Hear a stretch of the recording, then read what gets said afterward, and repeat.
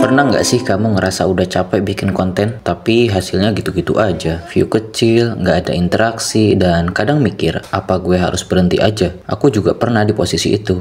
Tapi dari titik itulah semua berubah. Ini cerita gimana aku mulai dari nol sampai akhirnya bisa dapetin peluang menuju 100 juta pertama dari dunia konten. Semuanya berawal dari rasa penasaran. Aku lihat orang-orang bisa hidup dari TikTok, YouTube, dan Instagram. Bukan cuma karena terkenal, tapi karena bisa ngasih nilai dan dapat nilai baik. Waktu itu aku nggak punya modal besar.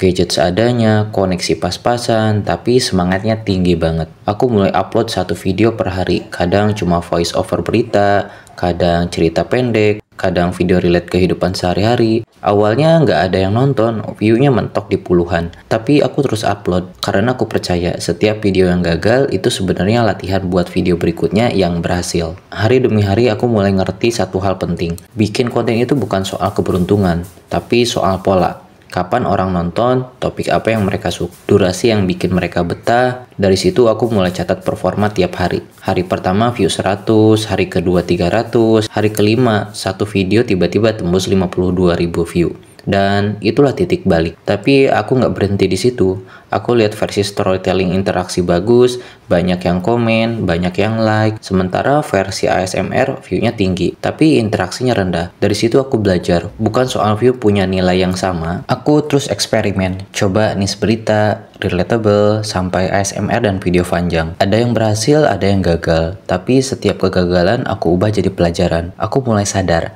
audiens punya karakter berbeda di setiap platform. Di TikTok, mereka suka kecepatan dan emosi. Di Instagram, visual dan caption masih kuat. Sedangkan di YouTube Short yang penting adalah cerita yang nyambung sampai akhir. Setiap malam aku review hasilnya. Kadang jam 1 pagi masih buka analitik.